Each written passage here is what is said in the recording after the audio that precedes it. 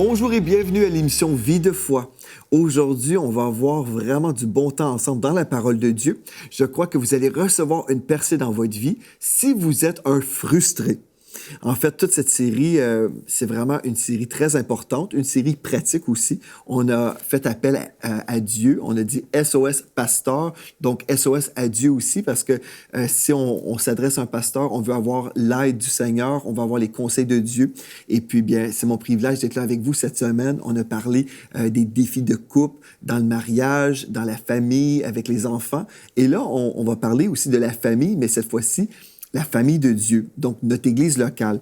Il y a plusieurs chrétiens qui sont frustrés, des frustrés de la vie, mais Dieu veut que vous soyez joyeux, il veut que vous soyez rayonnant de joie. Mais en ce moment, si vous êtes dans la tristesse ou peut-être frustré, peut-être vous êtes très éprouvé dans votre Église locale. Je sais aussi en voyageant, j'ai la grâce de rencontrer des personnes de vraiment plusieurs pays. Et puis, je sais aussi qu'il y a des contextes d'Église qui sont très différents.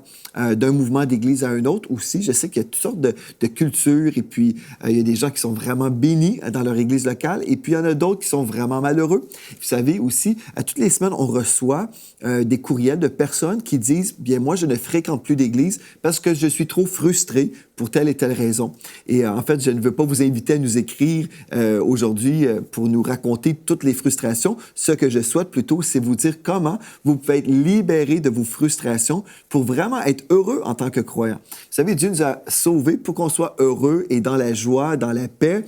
Donc voilà, cette journée est vraiment bénie pour vous.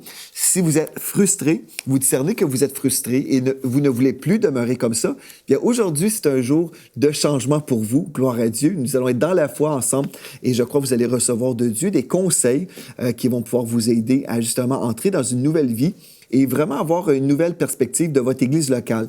Donc, premièrement, je veux revenir sur la question « Comment faire pour ne plus être aussi frustré dans mon Église? » Donc, comment faire pour ne plus être aussi frustré dans mon Église? Bien, premièrement, ce qu'on va faire, on va regarder à la bonne place. Donc, au lieu de parler juste de votre Église, parce que je sais que vous pouvez nous envoyer des lettres, vous le faites déjà, vous pouvez déjà nous témoigner des choses que vous trouvez difficiles. Et au lieu de s'attarder aux églises, on va vraiment regarder à nous-mêmes et on va regarder un peu plus haut aussi. On va aller ensemble dans notre texte de toute la semaine. Cette semaine, nous avons dit « SOS Pasteur, à l'aide, j'ai besoin d'aide » et je suis là aujourd'hui avec la parole de Dieu et ce message va vous aider, je crois, dans le psaume 34 au verset 5. Donc, c'est notre titre pour toute la série, notre verset pour toute la série. « Quand on tourne vers lui, les regards, on est rayonnant de joie. » Et le visage ne se couvre pas de honte. Mais quand on tourne vers lui, vers qui? Vers Dieu. Quand on tourne vers le Seigneur, les regards, on regarde plus haut, bien là, la Bible dit, on est rayonnant de joie. Mais ce n'est pas la réalité de plusieurs chrétiens. Souvent, les chrétiens vont regarder à droite, à gauche, et puis finalement, sont là totalement découragés parce qu'ils ont toujours en vue leurs épreuves, leurs circonstances personnelles, et puis peut-être aussi leur nombril. Hein, c'est le cas. Souvent, on regarde à nos problèmes personnels. Et puis aussi, quand nous sommes dans une église locale, si on regarde toujours aux gens, on peut vraiment être déçu. Et je sais aussi qu'il y a des vraies raisons, des fois, pourquoi nous sommes déçus. Il y a des raisons légitimes, des fois, qui peuvent contribuer à une telle frustration, qui pourraient même, des fois, nous repousser de l'église locale. Mais ce qu'on veut faire, c'est vraiment regarder plus haut aujourd'hui. Parce que vous savez, nous avons tous vécu par des moments difficiles dans les églises, je crois. Si vous êtes un enfant de Dieu depuis un certain moment, vous allez vivre des choses un peu difficiles parce que nous côtoyons des êtres humains. Hein, ça, c'est la réalité. Nous sommes imparfaits et nous côtoyons des gens qui sont imparfaits. Donc, si vous recherchez une église parfaite, bien, j'aimerais vous dire que c'est impossible de trouver cette église sur la terre parce qu'elle n'existe pas. Dès que moi j'arrive, bien puisque je suis imparfait, l'Église, automatiquement, même si votre Église était parfaite, dès que j'arrive, elle devient imparfaite. Mais la réalité, c'est que nous sommes tous imparfaits dans notre condition humaine. Dans notre position en Christ, nous sommes parfaits, gloire à Dieu. Mais nous avons des perceptions différentes et puis nous allons comprendre des choses différemment, nous allons entendre des choses différemment, nous allons réagir aussi d'une façon différente. Donc finalement, après un certain moment, si nous sommes dans une église locale, dans une famille d'église, on va avoir des moments plus difficiles. Des fois, on va être blessé et peut-être on va blesser quelqu'un. Donc, ce qu'on veut faire, c'est vraiment savoir, bien, Seigneur, comment puis-je vraiment demeurer dans cette Église? Si tu m'appelles à être dans cette Église, mais forcément, on doit comprendre que Dieu vous appelle forcément à fréquenter une Église. C'est très simple de dire, bien moi, je suis blessé ou j'ai été frustré ou je suis frustré, donc je me retire tout simplement. Bien, en fait, si vous faites ça, OK? À moins d'être dans la maladie, vous devez demeurer à la maison ou peut-être vous êtes dans une région éloignée où il n'y a pas d'église dans votre région, bien ça, c'est autre chose. Mais si vous êtes dans une région où une église chrétienne existe, OK? Une église qui enseigne la parole de Dieu, et si vous choisissez de vous retirer parce que vous êtes blessé ou frustré, pour peu importe les raisons, si vous décidez de vous retirer de votre église locale, bien, c'est vous qui êtes en tort. Vous devez comprendre ça. Puis c'est pas pour vous chicaner, pour vous gronder. Ce n'est pas mon cœur. Ce que je veux faire, c'est vous aider. Vous aider. Si vous êtes frustré aujourd'hui, bien, vous avez plus qu'un choix. Vous pouvez peut-être regarder plus haut, comme on a déjà dit, et peut-être, là, à ce moment-là, vous allez avoir une nouvelle vision complètement différente. Mais si vous êtes dans une situation où vous ressentez que cette Église est en dehors du chemin de Dieu, OK? Admettons, l'Église a commencé à enseigner des choses qui sont anti-bibliques. OK, là, c'est un moment où on doit prier et chercher la face de Dieu et savoir, Seigneur, est-ce que tu m'appelles à demeurer ici? Parce que parfois, il peut y avoir des changements dans une Église et ces changements-là vont changer aussi. Vous savez, des fois, il y a des situations qui sont sujettes au changement et puis vous avez simplement besoin de prier et Dieu va faire un changement. Dieu va nettoyer cette Église, la purifier. Mais si vous êtes réactif, au lieu d'être dirigé par le Saint-Esprit, vous pouvez finalement prendre un détour. Et j'ai connu des gens comme ça, justement. Il y avait une situation dans l'Église et puis, en fait, j'ai connu un couple, ils étaient frustrés d'une situation, ils étaient en désaccord, mais au lieu de prier tout simplement, ils ont décidé de quitter leur église locale. Mais là, après, Dieu est intervenu, Dieu a tout changé, Dieu a restauré, et là, ils étaient à l'extérieur de cette église. Et là, j'ai pu discerner qu'ils étaient frustrés en étant à l'extérieur parce qu'ils ne pouvaient plus bénéficier de la bénédiction de cette maison-là. Donc, vous ne voulez pas vivre dans le regret. Donc, si vous êtes dans une situation en ce moment, et puis c'est frustrant, admettons, les choses sont frustrantes, vous êtes vraiment découragé, bien, priez. Et c'est ça, la Bible nous dit, regardez plus haut. Hein? Quand on tourne vers lui les regards, on ne fait pas juste regarder, mais on va avoir cette communion avec Dieu et on va dire, Seigneur, tu vois ma situation, s'il te plaît, aide-moi, dis-moi ce que je dois faire. Et Dieu va peut-être vous dire, sois patient, prie et je vais changer des choses. Amen. Donc, tournez le regard vers le Seigneur, mais aussi priez. Passez du temps avec le Seigneur pour voir ce que Dieu vous appelle à faire. Et là, Dieu peut tout changer et là, vous serez heureux d'être encore là quand les changements auront lieu. Ceci dit, peut-être aussi Dieu va vous appeler à quitter et vous retirer si, admettons, le leadership spirituel renie Christ, renie la saine doctrine. Il décide de bannir la parole de Dieu, par exemple, et puis se mettre à prêcher autre chose. Bien là, c'est votre responsabilité devant Dieu de réagir. Vous devez suivre le Saint-Esprit et il ne vous permettra pas de demeurer dans un chemin qui est anti-biblique. Amen?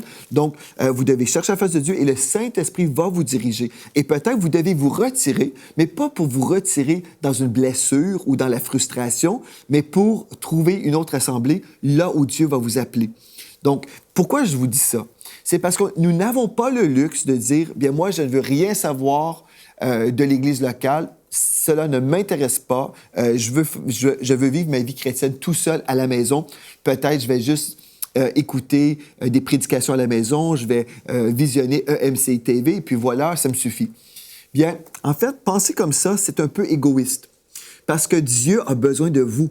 Dieu veut que vous puissiez briller pour lui. Il a besoin de vous aussi pour contribuer à une église locale. Il y a des ministères qui existent. Peut-être Dieu vous appelle à servir dans un des ministères de l'église. Mais si vous êtes tout seul à la maison, vous recevez des prédications à la maison, vous recevez des prières à la maison, vous recevez des chants de louanges, vous êtes bénis à la maison, mais vous êtes en train d'être bénis, et vous n'avez pas de lieu où servir. Donc, il y a plusieurs choses qu'on pourrait dire à ce niveau-là, mais une chose très, très simple, si nous ne voulons plus être frustrés dans notre vie chrétienne, on doit avoir la crainte de Dieu. C'est le premier point, avoir la crainte de Dieu. Pourquoi je vous dis ça?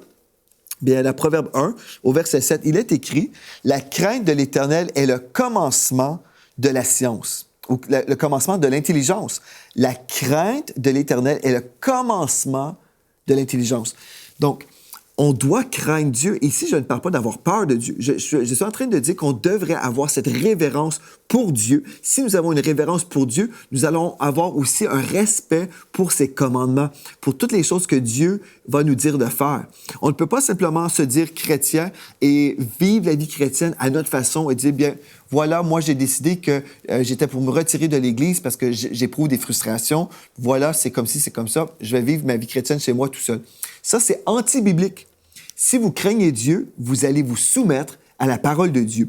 Dans Hébreux 10, verset 25, dans la Bible du Sommeur, il est écrit « Ne prenons pas, comme certains, l'habitude de délaisser nos réunions. Au contraire, encourageons-nous mutuellement, et cela d'autant plus que vous voyez se rapprocher le jour du Seigneur. » Donc, la Bible est très, très claire. Ne prenons pas, comme certains, l'habitude de délaisser nos réunions. Donc, nous devrions être dans une église locale. Pourquoi? Parce que dans Matthieu 16, verset 18, Jésus a lui-même dit « Je bâtirai mon église et les portes du séjour des morts ne prévaudront point contre elle. » L'idée de l'Église, ce n'est pas l'idée des hommes, c'est l'idée de Jésus-Christ lui-même. Donc, si Dieu a décidé qu'il était pour établir une Église, et s'il nous dit « allez à l'Église », et si nous disons que nous sommes chrétiens, mais nous supprimons la parole de Dieu, nous disons « non, moi je ne veux rien savoir », bien, c'est pas possible d'être dans la bénédiction de l'Éternel et d'être sur notre chemin et d'abandonner le chemin de Dieu. Si Dieu a parlé, si nous avons une crainte de Dieu, nous avons cette crainte, nous allons honorer le Seigneur dans nos vies. Donc, premièrement, c'est ça que je voulais vous dire concernant cette frustration qui est là. Donc, si déjà vous savez, OK, je dois aller dans une église locale, et je ne veux pas être dans une église locale frustrée parce que là, je vais contaminer d'autres personnes. Je veux que mon attitude change. Je pourrais vous parler des églises et vraiment comment les églises ne sont pas toujours en bonne santé. Oui, on pourrait en parler. Vous pourriez m'envoyer d'autres courriels, des messages pour me dire « Bien, c'est terrible, c'est le désert, nous mourrons de faim spirituellement. Merci Seigneur pour enseigne-moi. » Et je dis « Merci Seigneur, oui, que ce ministère est là. » Mais Dieu vous appelle aussi à prier parce que Dieu appelle la francophonie à vivre un réveil. Si tous les chrétiens se retirent des églises parce qu'ils se disent, bien, je ne suis pas nourri ou j'éprouve des frustrations dans mon église locale, bien finalement, les gens ils ne verront pas l'Église briller dans des communautés. Ce que nous voulons ici à EMCI, nous voulons vous nourrir, nous voulons vous bénir avec la parole de Dieu et nous voulons que vous puissiez partager ces émissions pour évangéliser, pour gagner des âmes, pour que les églises se remplissent. Nous voulons voir la gloire de l'Éternel envahir la francophonie. Nous voulons voir des églises puissantes. Nous voulons voir des gens adorer le Seigneur ensemble dans la grande assemblée, comme c'est écrit dans les psaumes. Donc, vous louez le Seigneur dans la grande assemblée. L'onction de Dieu est répandue. L'Église grandit. Les églises se multiplient partout à travers la francophonie. Et dans chaque communauté, il y a une présence chrétienne. Les gens savent, si j'ai besoin de guérison, je vais aller dans telle église. Je vais aller dans telle place pour entendre un message de foi, de victoire. Vous comprenez? Mais là, si vous dites, oui, mais moi, je suis frustré parce qu'on n'a pas une église comme ça dans notre région. Bien, peut-être c'est le cas en ce moment, mais peut-être Dieu vous appelle à faire la différence. Peut-être Dieu vous appelle à vous nourrir spirituellement pour savoir comment prier, amen, pour votre région et votre ville. Dieu vous a accordé cette autorité spirituelle où vous pouvez vraiment déclarer la parole de Dieu, où vous pouvez déclarer le réveil dans votre région. Mais si vous êtes à part, retiré chez vous, frustré, et peut-être même dans la médisance. Donc, au lieu de déclarer ce que Dieu veut faire, vous déclarez tout simplement ce que vous voyez. Plusieurs chrétiens sont là frustrés et ils déclarent la réalité. Mais la réalité ne changera rien. Si vous pouvez juste commencer à déclarer la vérité de la parole de Dieu et vous commencez à louer le Seigneur pour les percer, Dieu va visiter son Église. Amen. Mais la première chose, craignez l'Éternel. Revenez à la parole de Dieu. Et si vous êtes frustré, bon, peut-être votre frustration est légitime. Peut-être vous êtes dans une mauvaise église. C'est possible. Il y a des églises qui ne sont pas en santé. Et puis peut-être vous devez vous retirer de cette église-là pour justement aller ailleurs. Mais vous devez chercher la face de Dieu pour honorer le Seigneur et dire, Seigneur, je dois me retirer. Tu m'as parlé. Je sais que cette église ne marche plus avec toi aujourd'hui. Donc, c'est la raison, une bonne raison pourquoi on devrait se retirer. Je me retire maintenant, mais dirige-moi et montre-moi où je dois aller. Donc, ça, c'est une chose très, très importante. Amen. Craignez Dieu. Et puis, Comprenez certainement que c'est Dieu qui a fondé l'Église. Donc, si vous appuyez une Église locale, vous appuyez en fait l'idée du Seigneur Jésus lui-même. Une autre chose, si vous êtes frustré, bien, j'aimerais ça vous encourager à parler à vos autorités qui sont là. Vous savez, des fois, on a une facilité à parler avec des frères et des sœurs. Nous sommes blessés, nous avons vécu quelque chose, on prend le téléphone ou on va prendre un café avec quelqu'un et on raconte ce qu'on a vécu, on raconte ce qu'on a vu. Et puis là, finalement, on parle, mais on ne parle pas aux personnes responsables, on ne parle pas aux personnes qui peuvent changer les choses. Et ça, c'est vraiment un péché, en fait. Faire ça, c'est un péché et on ouvre une porte spirituelle parce qu'en fait, quand on parle comme ça à droite et à gauche, nous sommes en train de semer de la division. Nous sommes en train de diviser le corps de Christ. Et Dieu nous appelle à être unis. Dieu nous appelle à marcher dans la victoire ensemble, dans l'amour, dans l'unité. Mais quand vous parlez avec votre frère ou votre sœur et vous révélez des situations de votre Église, peut-être votre frère et votre sœur étaient déjà bénis, mais là, vous êtes en train de vraiment détruire sa vision de l'Église locale. Il est peut-être même plus faible dans la foi. Il va peut-être se retirer lui-même et se perdre, comme la parole de Dieu nous dit.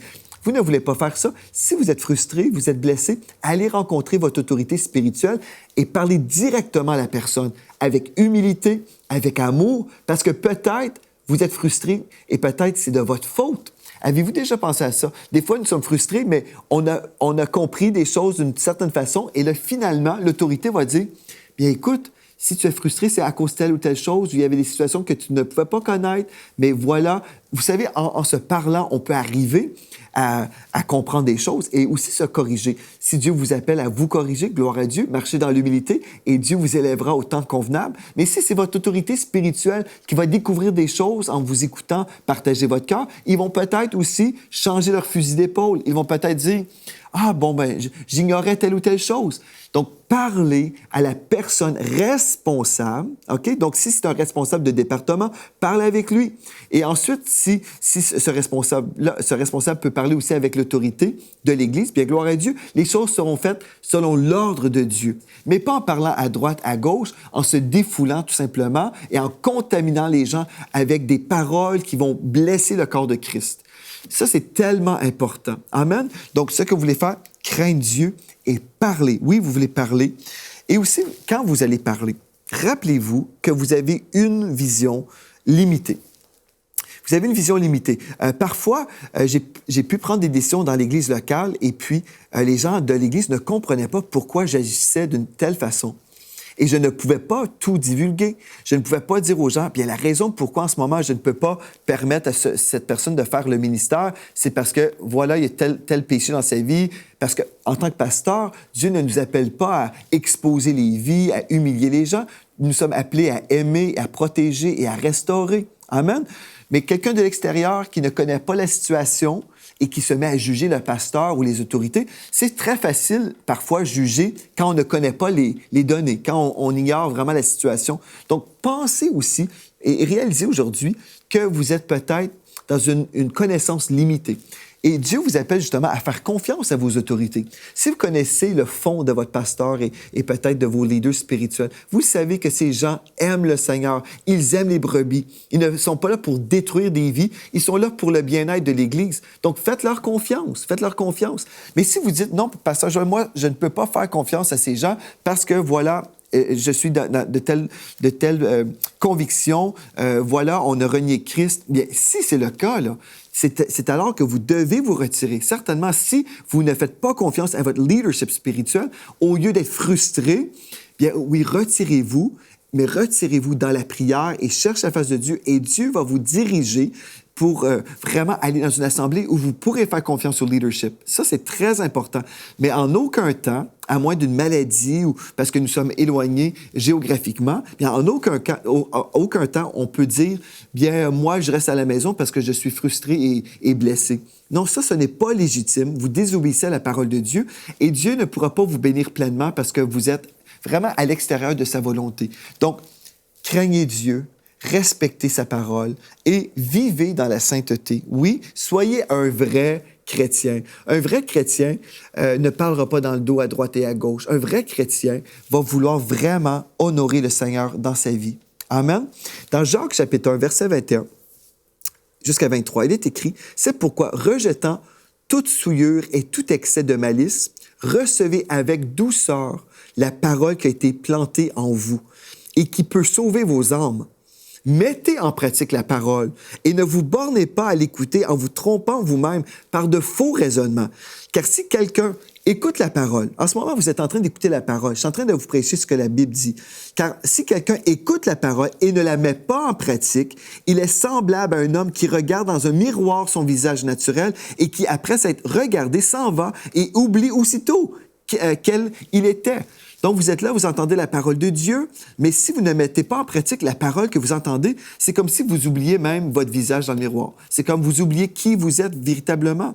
Si vous êtes un enfant de Dieu, frères et sœurs, vous êtes un enfant de Dieu, mais si vous êtes frustré aussi en même temps, mettez en pratique la parole qu'on vous prêche aujourd'hui. Ne soyez pas à l'écart, ne soyez pas tout seul à la maison, frustré, mais laissez le Saint-Esprit vous guérir. Amen, c'est ça que Dieu veut faire. Dieu veut vraiment vous affranchir parce que la frustration, souvent, est associée aussi avec de l'amertume. Parfois, nous avons été blessés et au lieu de pardonner, nous nourrissons cette amertume et nous devenons de plus en plus amers et de plus en plus susceptibles. Et finalement, quelqu'un peut juste nous prononcer une petite parole et on peut avoir une réaction vraiment excessive. Ce n'est pas la volonté de Dieu que nous soyons comme ça, aigris de la vie, frustrés. Dieu veut qu'on soit dans la joie. C'est pour ça que nous sommes sauvés. C'est pour être dans la joie, dans la paix. Puis si vous dites, mais pasteur Joël, toi, tu comprends pas. Tu connais pas ma situation. Moi, c'est terrible ce que je vis. OK. Bien, peut-être, vous dites, bien, moi, j'avais une destinée dans mon Église et puis là, finalement, il y a des choses qui ont changé et puis là, je suis frustré et puis... Savez-vous que si Dieu vous a appelé, là, peu importe, si Dieu vous a appelé, vous n'avez pas à vous promouvoir, vous n'avez rien à faire, Dieu va vous faire une place. Apprenez à patienter tout simplement. Persévérez dans la foi. Frères et sœurs, je pourrais vous dire vraiment, vous savez, des fois, on veut juste entendre des messages qui vont nous plaire, mais en fait, ce que je suis en train de vous dire aujourd'hui, je suis en train de vous donner des conseils très, très simples pour être heureux dans votre vie chrétienne. Dieu vous appelle à être heureux, mais en même temps, vous devez marcher dans l'obéissance. On ne peut pas prendre, comme au restaurant, on va ouvrir la carte et puis choisir ce qu'on veut. OK? Dans un restaurant, oui. Mais dans le royaume de Dieu, on ne peut pas choisir certains principes. Ah, bien, moi, je vais aller évangéliser, mais je ne veux pas aller à l'église. Moi, je veux servir dans l'église à l'école du dimanche, mais je refuse de soutenir financièrement mon église. Je veux aller dans la louange, mais je refuse d'aller à la réunion de prière. Non, la vie chrétienne, ce n'est pas comme une visite au restaurant. Quand nous sommes sauvés, nous sommes appelés à vraiment découvrir ce que Dieu dit. Ensuite, on s'accorde avec lui. Et puis, si, admettons, on a des désirs, on a des ambitions, bien que ces ambitions puissent être vraiment fondées dans le Seigneur, qu'on puisse vraiment dire, Seigneur, je veux faire ce que tu m'appelles à faire. Et on doit apprendre à être patient. C'est Dieu qui va ouvrir les portes et c'est Dieu qui va nous promouvoir. Dans Hébreux 6, versets 11 et 12, il est écrit, « Nous désirons que chacun de vous montre le même zèle pour conserver jusqu'à la fin une pleine espérance, en sorte que vous ne vous relâchiez point et que vous imitiez ceux qui, par la foi et la persévérance, héritent des promesses. » Si Dieu vous a appelé à vivre quelque chose, il a dressé devant vous une vision. Vous le savez, je dois faire telle ou telle chose dans l'œuvre de Dieu et vous êtes à côté en ce moment, persévérez dans la prière. Persévérez dans la prière. Vous pouvez persévérer dans l'amertume, dans la frustration, dans la médisance, dans la calomnie, dans l'impatience, mais ce chemin ne vous mènera pas à la victoire. Je peux vous le dire. Vous allez juste être malheureux. Mais si vous dites, Seigneur, moi, je vais apprendre à être patient, et puis, je vais me confier en toi. Dans Ésaïe 40, il est écrit, « Ceux qui se confient en l'Éternel renouvellent leur force. Ils prennent le vol comme les aigles, ils courent et ne se lassent point, ils marchent et ne se fatiguent point. » Si vous êtes épuisé, vous êtes fatigué, peut-être c'est parce que vous êtes trop frustré. Abandonnez votre frustration aujourd'hui. Prenez la décision. Non, moi, je ne veux pas juste être frustré. Je ne veux pas être un chrétien artificiel qui dit être chrétien, oui, je m'en vais au ciel, mais pendant que je marche ici sur terre, je suis juste un frustré, je suis juste en train de critiquer mon église locale. Bon, comme j'ai déjà mentionné, parfois, nous devons quitter une église parce qu'elle est mauvaise, parce que vraiment, les leaders sont en dehors de la volonté de Dieu. Ils ne prêchent plus la parole de Dieu. Mais si la parole est toujours prêchée, si vous savez que les gens ont un bon fond, ils aiment le Seigneur, mais vous avez été blessé, parlez avec vos autorités, allez régler les choses et abandonnez votre frustration. Si vous refusez de parler avec vos autorités, si vous ne partagez pas votre cœur, mais vous êtes juste en train de vivre une frustration et même une colère, bien, vous devez être libérés de tout ça, frères et sœurs. Moi, je crois que Dieu veut libérer tous les frustrés aujourd'hui dans le nom de Jésus. Vous devez parler, mais commencez en parlant à Dieu. Dieu va vous donner, en fait, sa sagesse. Il va vous dire comment vous pouvez vous adresser à vos autorités. Il va pouvoir aussi vous parler et vous dire peut-être vous devez changer et peut-être vous avez des croyances en ce moment. Vous imaginez des choses et peut-être vous n'avez pas validé encore et peut-être vous allez découvrir que vous avez cru un mensonge. Vous savez que le diable, en fait, il rôde comme un lion rugissant, cherchant qui il va dévorer. Une des façons qu'il rôde, le diable rôde et puis il va toujours semer des mensonges. Il va semer des mensonges. Et là, les chrétiens, parfois, vont méditer sur un mensonge. Et là, ce mensonge prend de plus en plus de place dans leur vie. Ils deviennent de plus en plus blessés, de plus en plus frustrés. Et là, finalement, on voit des chrétiens en colère qui se retirent des églises et il y a une masse, il y a une armée. Plein de soldats sont à la retraite. Et pourtant, Dieu vous appelle à revenir dans les voies de Dieu. Dieu vous appelle à revenir dans l'Église locale.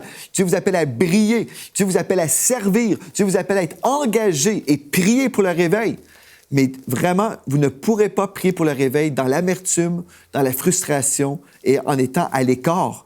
Non, Dieu aujourd'hui, il veut vous libérer. Voulez-vous être libérés, frères et sœurs? Bien, dans le nom de Jésus, moi, je veux prier pour chaque personne à la maison, chaque personne qui réalise « Je suis frustré ». Seigneur Dieu, je prie aujourd'hui que tu puisses parler à tes enfants, que tu puisses te révéler. Et Seigneur, je veux venir contre tout esprit de mensonge dans le nom de Jésus. Je veux lier tous ces esprits qui viennent séduire mes frères et mes sœurs, tous ceux qui seraient vraiment dans l'abattement parce qu'ils ont nourri leurs pensées avec des mensonges de l'ennemi. Dans le nom de Jésus, j'appelle la lumière de Christ qui vous envahit maintenant, que la lumière du Seigneur chasse les ténèbres, que vous puissiez vraiment voir ce que Dieu vous appelle à faire et ce que Dieu vous appelle à vivre. Et je prie aussi pour le courage. Seigneur, tu donnes le courage à mes frères et mes sœurs. Comme ça, ils vont pouvoir aller parler avec leurs autorités et ils pourront vraiment prendre une décision dans leur vie et avancer. Ils vont abandonner la frustration pour entrer dans leur destinée. Dans le nom de Jésus, j'ai prié. Amen et Amen. Et ensuite, écrivez-moi, frères et sœurs, si vous avez été délivrés, vous avez pris une décision aujourd'hui, je change d'attitude ou je change d'église si c'est nécessaire. Mais sinon, je change d'attitude dans le nom de Jésus et puis je vais être utile entre les mains de Dieu. Je serai vraiment un outil entre ses mains pour ce réveil des temps de la fin. Écrivez-moi et partagez comment le Seigneur vous a parlé et comment vous avez été restauré dans votre église locale. Ne soyez plus frustrés, mais soyez bénis dans le nom de Jésus.